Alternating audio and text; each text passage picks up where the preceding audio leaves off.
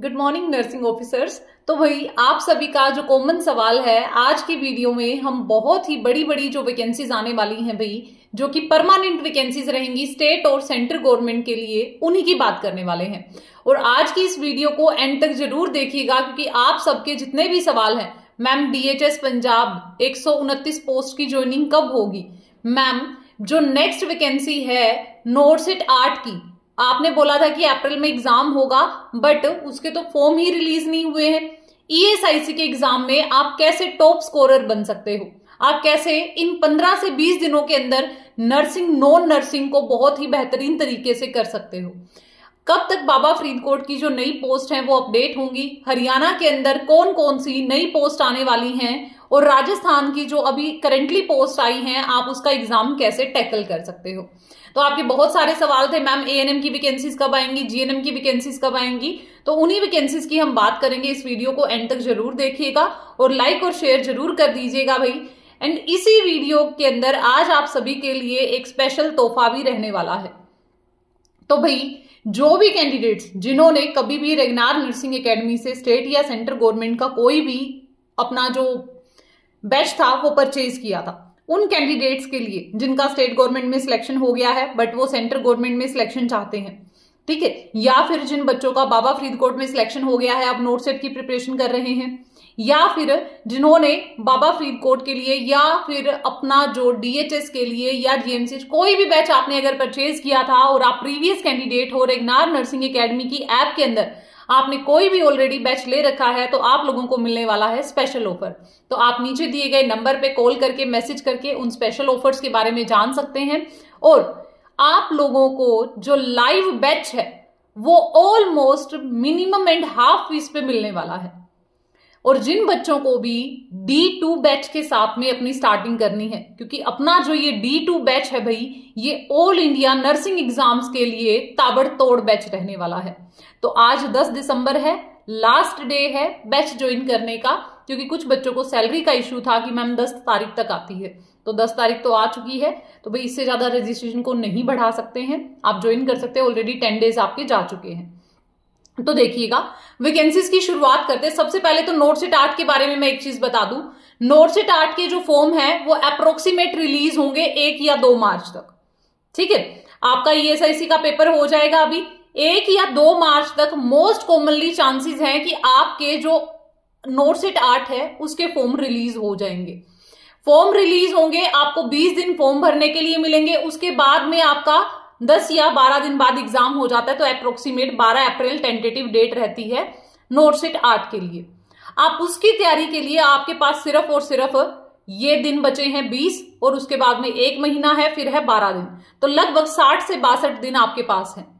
60 से 62 दिन को अगर आप प्रॉपर 100% कॉन्ट्रीब्यूशन के साथ में अगर आप अपनी प्रिपरेशन करते हैं, तो मैं आपको ये दावे के साथ बोल सकती हूँ कि आप इन 60 दिनों में भी सिलेक्शन निकाल सकते हो।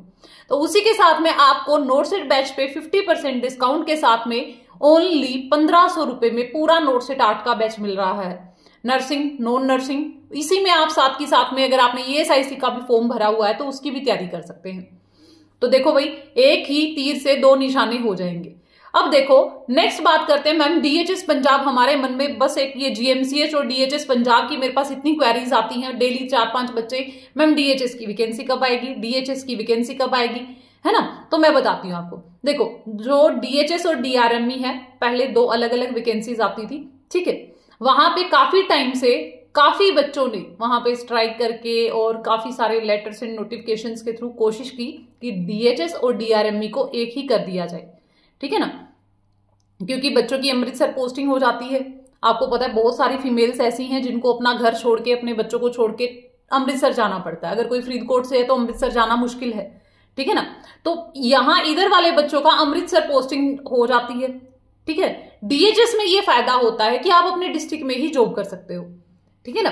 तो उनका क्या चल रहा था अभी कि आप इनको एक ही कर दो, मर्ज कर दो। जो बच्चे, जो मैरिड फीमेल्स हैं जो अपने बच्चों को छोड़ के वहां गई हैं, ठीक है, वो अपने डिस्ट्रिक्ट के अंदर ही आ जाए, ठीक है। तो ये वहां पे अभी भी चल ही रहा है, ठीक है।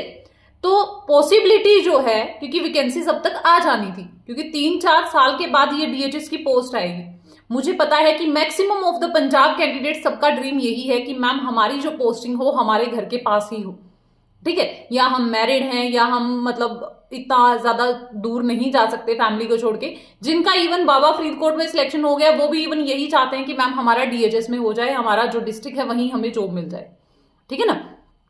तो देखो डीएचएस की जो पोस्ट है एनी टाइम कभी भी आ जाएंगी, कोई फिक्स नहीं है कि अप्रैल में ही आएंगी, कोई फिक्स नहीं है कि मैडम ने बोला तो मार्च में ही आएंगी, वो आपके फरवरी एंड में भी आ सकती हैं, मार्च एंड में भी, लेकिन इन 2 महीनों के अंदर आपको ये पोस्ट मिल जाएगी। तो ये वहम आप अपना निकाल दीजिएगा कि मैम डीएचएस की जो पोस्ट है आफ्टर स्ट्राइक खत्म होने के बाद, अरे स्ट्राइक खत्म होने के बाद आएगी तो और भी बढ़िया है आप लोगों के लिए, आप लोगों के पास ये प्रीशियस टाइम है कि आप उसके लिए प्रिपेयर कर पाओ। थर्ड बात करते हैं अब हम लोग कि मैम हरियाणा सीएचओ की जो पोस्ट है जो कि 600 प्लस कुछ पोस्ट रहेंगी, एंड मैं बता दूं सीईटी होते ही, ठीक है ना, या सीईटी होने से पहले भी सीएचओ हरियाणा की पोस्ट आएंगी लगभग 600 प्लस, ठीक है, जिसमें हरियाणा वाले और ऑल इंडिया कैंडिडेट्स भी अप्लाई कर पाएंगे। लेकिन आफ्टर आपका सिलेक्शन होने के बाद आपके पास वहां का रेजिडेंशियल या फिर जो एचएनआरसी है वो होना चाहिए, उसके लिए आपको टाइम मिलेगा, ठीक है, तो आप उसके लिए भी तैयारी कर सकते हैं। 4 नए मेडिकल कॉलेजेस खोले गए हैं हरियाणा के अंदर जो प्रीवियस ईयर्स में जिनका इनॉग्रेशन हुआ था, उन मेडिकल कॉलेजेस के लिए कम से कम 1000 स्टाफ की डिमांड की गई है, ठीक है। तो वो ऑफिशियल नोटिफिकेशन भी उन्होंने रिलीज कर दिया, मिनिस्ट्री से भी वो परमिट हो गया है, बस अब फॉर्म फिल करने की जो देरी है वो पेंडिंग है, ठीक है। तो सीईटी होते ही अप्रोक्सीमेट वो भी आपको मिल जाएगा नोटिफिकेशन। अब बात करते हैं जीएमसी चंडीगढ़ के लिए। फिर देखो जीएमसी चंडीगढ़ के फॉर्म वैसे तो जैन में ही लास्ट वीक में स्टार्ट हो जाने थे, जैन के लास्ट वीक में, ठीक है ना। तो due to some administrative reason, ठीक है, कुछ फैक्टर से यही पता चल रहा है कि भाई कुछ एडमिनिस्ट्रेटिव रीजन करके वहां पे अभी तक फॉर्म फिल करना जो है वो स्टार्ट नहीं हुए हैं, ठीक है। जैसे ही जीएमसीएच के फॉर्म यहाँ पे स्टार्ट हो जाएंगे आप लोगों को जरूर इन्फॉर्म कर देंगे। जिन बच्चों का ड्रीम गोल है सिर्फ जीएमसीएच चंडीगढ़, तो जिनका टारगेट जीएमसीएच है, डीएचएस पंजाब है, या आपने नोटसेट 8 को टारगेट बनाया हुआ है, आप लोगों के लिए ये टाइम बहुत प्रीशियस है, क्योंकि जब तक वैकेंसी नहीं आती है सिर्फ आपकी प्रिपरेशन तब तक ही बेहतरीन तरीके से होती है, क्योंकि तब तक मोस्ट ऑफ बच्चे तैयारी करना शुरू नहीं करते हैं। मेरे पास अगर 100% बच्चों का कॉल आ रहा है तो उसमें से सिर्फ और सिर्फ 50% बच्चे ऐसे होते हैं जो पहले से ही अपनी प्रिपरेशन स्टार्ट करते हैं। जो 50% है वो वेट करते हैं अगले मंडे का, उसके अगले मंडे का, या फिर वैकेंसी के फॉर्म रिलीज होने का, या फिर वो वेट करते हैं वैकेंसी आने के बाद एडमिट कार्ड आने का कि मैम तब तैयारी शुरू करेंगे, और तब वो सोचते हैं कि हम 100% तक प्रिपरेशन कर लें। बट तब प्रिपरेशन करना बहुत ही मुश्किल होता है। आप लोगों के पास प्रीशियस टाइम है और आप लोग इस टाइम को वेस्ट कर रहे हैं कि चलो कोई ना, आज ये वाली शादी है, कल उसकी शादी है, परसों उसकी शादी है। आपने सिलेक्शन रेट देखा हो उन्हीं बच्चों का ज्यादा है जो कंटिन्यूटी रखते हैं अपनी पढ़ाई के अंदर, ठीक है ना। जो बच्चे क्या रखते हैं, कंटिन्यूटी रखते हैं अपनी पढ़ाई के अंदर। तो आप लोगों के पास बेस्ट एंड बेस्ट चांस है कि आप इस मौके का फायदा उठाकर सिर्फ और सिर्फ, ज्यादा नहीं, 5 से 6 महीने के अंदर अपना जो सिलेक्शन है उसको सिक्योर कर सकते हो, उसको आप अपने नाम कर सकते हो, अपने गोल को। सिर्फ 62 दिन, अभी बचे हैं 15 दिन, और जीएमसीएच, डीएचएस, सीएचओ की जब भी वैकेंसीज आएंगी आपके पास कोई टाइम नहीं बचेगा। आप भी बाकी बच्चों की तरह नॉर्मल उस टाइम पे वो हो जाएगा कि मुझे पढ़ना भी है, मुझे काम भी करना है, मैं जॉब पे भी हूं, तो वो आप सारी चीजों में क्या हो जाओगे, मिक्सअप हो जाएगा सब, ठीक है। तो अभी आपके पास बेस्ट टाइम है। आपको मैंने ऑन द स्पॉट यहां पे बता दिया कि अप्रोक्सीमेट टाइम क्या होगा वैकेंसीज का। और प्रिपरेशन करनी है तो सबसे बेस्ट तरीका होता है कि पहले से शुरू करो। जो पहले आएगा वो पहले पाएगा, जो पहले से शुरू करेगा उसका सिलेक्शन भी जल्दी होगा, क्योंकि वो बेसिक सारे जो कंसेप्ट्स हैं, क्योंकि जो भी नया सिलेबस अब नर्सिंग में ऐड हुआ है, जो बच्चे अभी पढ़ रहे हैं, जो क्लासेस लगा रहे हैं, वो देख रहे होंगे कि कितना टफेस्ट लेवल हो रहा है अब आगे आगे एग्जाम का, ठीक है ना। तो उसी के बिहाफ पे आप लोग अपनी प्रिपरेशन शुरू कर दो, ठीक है ना। चाहे आप कोई बुक रीड कर रहे हो उससे करो, बट आपके जो कंसेप्ट है वो क्लियर होने चाहिए। अगर आप सोच रहे हो मैंने 1 साल पहले कोचिंग किया था तो अब मैं थ्योरी क्यों पढ़ूं, भाई साहब बहुत चीजें नई आ चुकी हैं। जो आपने 1 साल पहले पढ़ा था वो 1 साल पहले जा चुका है, ठीक है ना।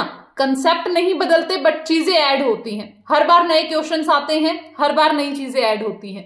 तो अगर आप नई चीजों को छोड़ के एग्जाम देने जाते हो 5-10 नंबर आपके वैसे ही पीछे चले जाते हैं, ठीक है, तो भाई बने रहिएगा रेगनार नर्सिंग एकेडमी के साथ। एंड जो भी कैंडिडेट्स ऑफर्स का फायदा उठाना चाहते हैं और चाहते हैं कि मैम हम लोग भी कम फीस और मैक्सिमम कंटेंट के साथ में ज्वाइन करना चाहते हैं, तो आप नंबर पे कॉल करके आज ही अपने बैच को 10 दिसंबर लास्ट डेट है, 10 फरवरी लास्ट डेट है, ज्वाइन कर सकते हैं। Thank you so much.